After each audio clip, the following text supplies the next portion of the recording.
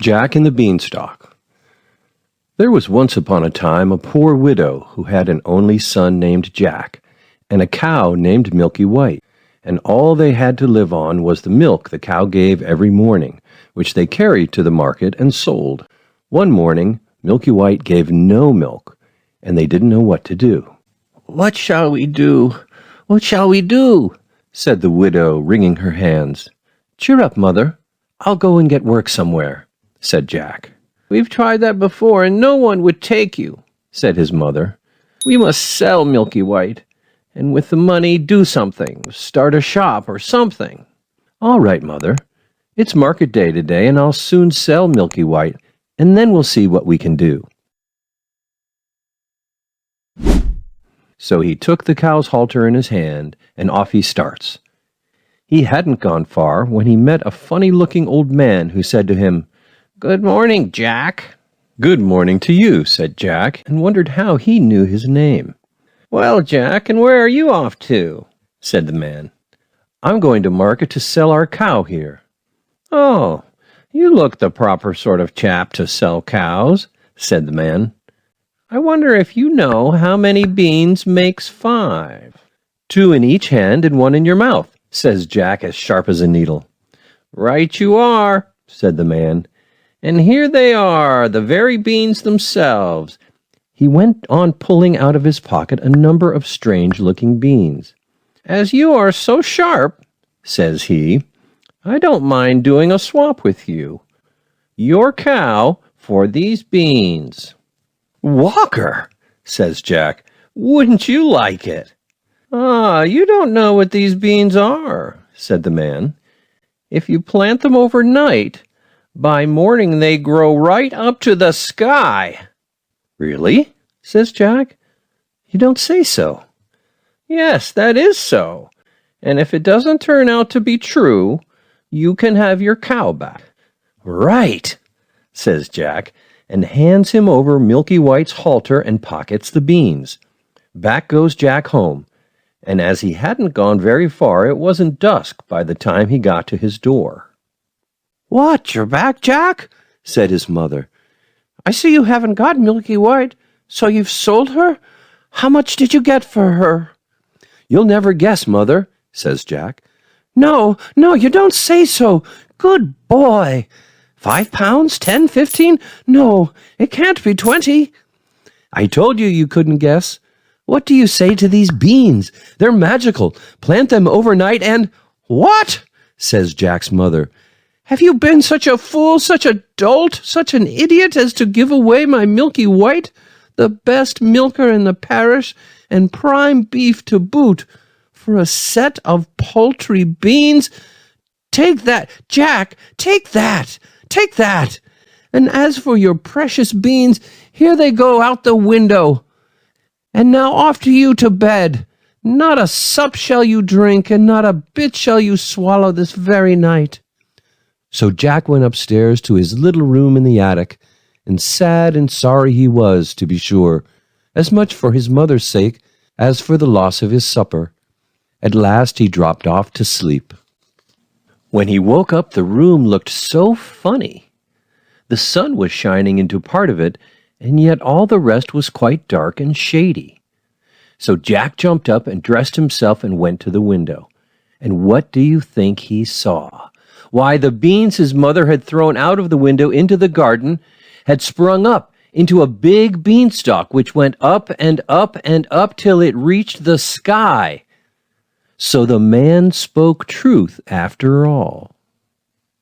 The beanstalk grew up quite close past Jack's window, so all he had to do was to open it and give a jump onto the beanstalk, which was made like a big plated ladder. So Jack climbed, and he climbed, and he climbed, and he climbed, and he climbed, and he climbed, and he climbed, till at last he reached the sky. And when he got there, he found a long, broad road going as straight as a dart. So he walked along, and he walked along, and he walked along till he came to a great, big, tall house.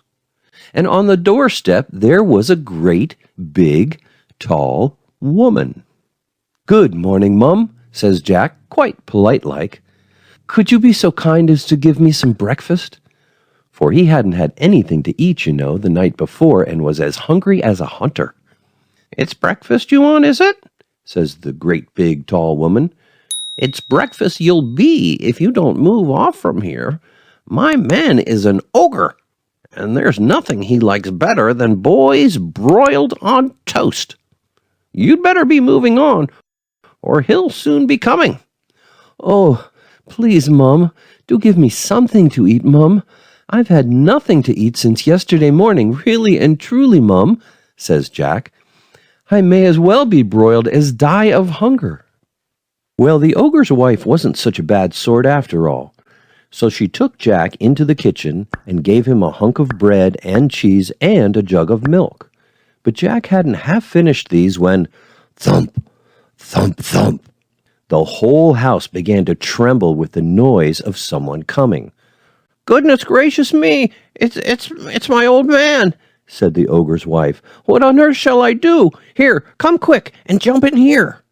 And she bundled Jack into the oven just as the ogre came in. He was a big ogre, to be sure. At his belt he had 3 calves strung up by the heels, and he unhooked them and threw them down on the table and said, "Oh, here, wife, broil me a couple of these for breakfast." "Ah, what's this I smell?"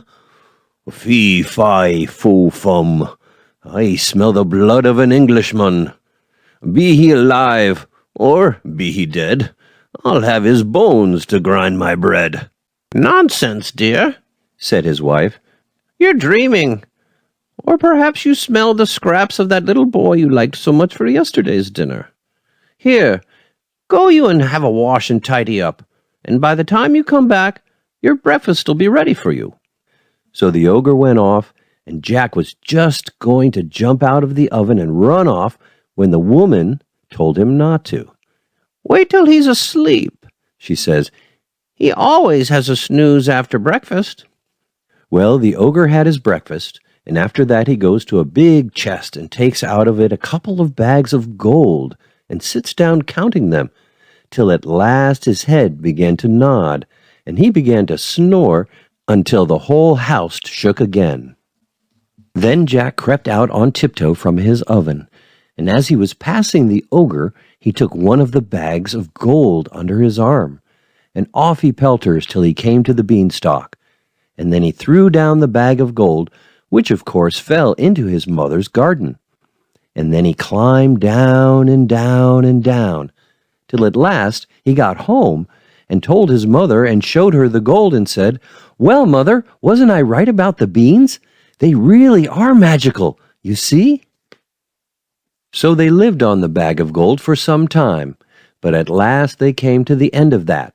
So Jack made up his mind to try his luck once more at the top of the beanstalk. So one fine morning he got up early, and he got onto the beanstalk, and he climbed, and he climbed, and he climbed, and he climbed, till at last he got on the road again, and came to the big tall house he had been to before.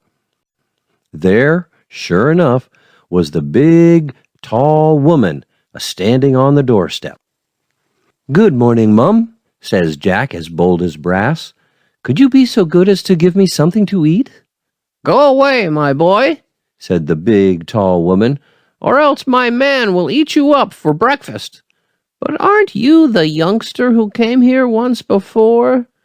Do you know that very day my man missed one of his bags of gold?" "Well, that's strange, Mum," says Jack.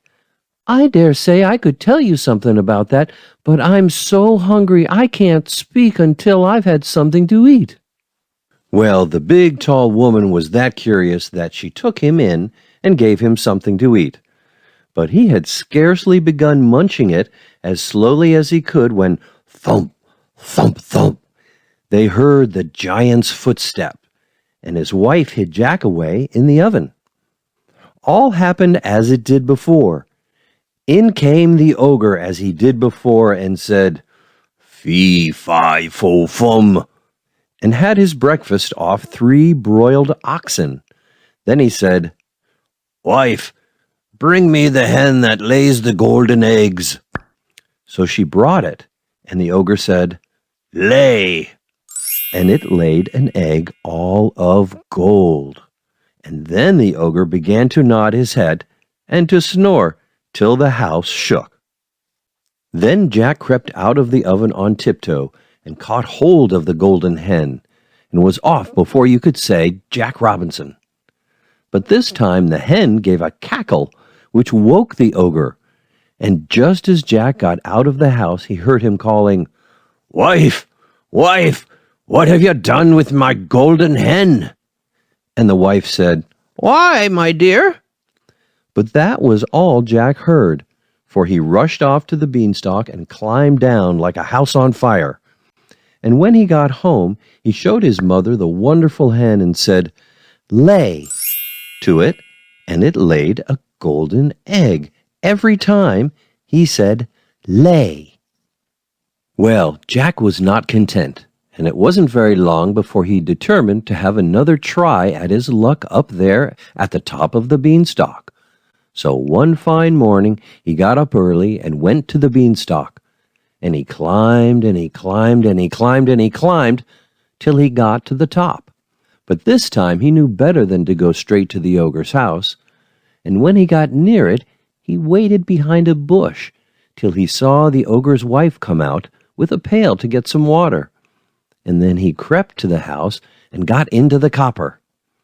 He hadn't been there long when he heard thump, thump, thump, as before, and in come the ogre and his wife. "Fee, fi, fo, fum, I smell the blood of an Englishman," cried the ogre. "I smell him, wife, I smell him." "Do you, my dearie?" says the ogre's wife. "Then if it's that little rogue that stole your gold and the hen that laid the golden egg, he's sure to have got into the oven." And they both rushed to the oven. But Jack wasn't there, luckily, and the ogre's wife said, "There you are again, with your fee-fi-fo-fum. Why, of course it's the laddie you caught last time that I've broiled you for breakfast. How forgetful I am, and how careless you are, not to tell the difference between a live one and a dead one." So the ogre sat down to breakfast and ate it, but every now and then he would mutter, "Well, I could have sworn," and he'd get up and search the larder and the cupboards and everything and everywhere, only luckily he didn't think of the copper. After breakfast was over, the ogre called out, "Wife, wife, bring me my golden harp." So she brought it and put it on the table before him. Then he said, "Sing!"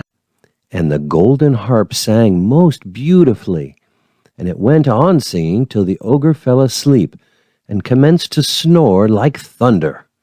Then Jack lifted up the copper lid very quietly and got down like a mouse and crept on his hands and his knees till he got to the table, when he got up and caught hold of the golden harp and dashed with it towards the door. But the harp called out quite loud, "Master, master!" And the ogre woke up just in time to see Jack running off with his harp. Jack ran as fast as he could, and the ogre came rushing after and would soon have caught him, only Jack had a start and dodged him a bit and knew where he was going. When he got to the beanstalk, the ogre was not more than 20 yards away when suddenly he saw Jack disappear. And when he got to the end of the road, he saw Jack underneath climbing down for dear life. Well, the ogre didn't like trusting himself to such a ladder, and he stood and he waited. So Jack got another start. But just then the harp cried out, "Master, master!" And the ogre swung himself down on the beanstalk, which shook with his weight. Down climbs Jack, and after him climbed the ogre. By this time Jack had climbed down and climbed down and down and down, till he was very nearly home. When he got there he called out, "Mother, mother, bring me my axe, bring me my axe!" And his mother came rushing out with the axe in her hand. But when she came to the beanstalk, she stood stock still with fright, for there she saw the ogre just coming down below the clouds.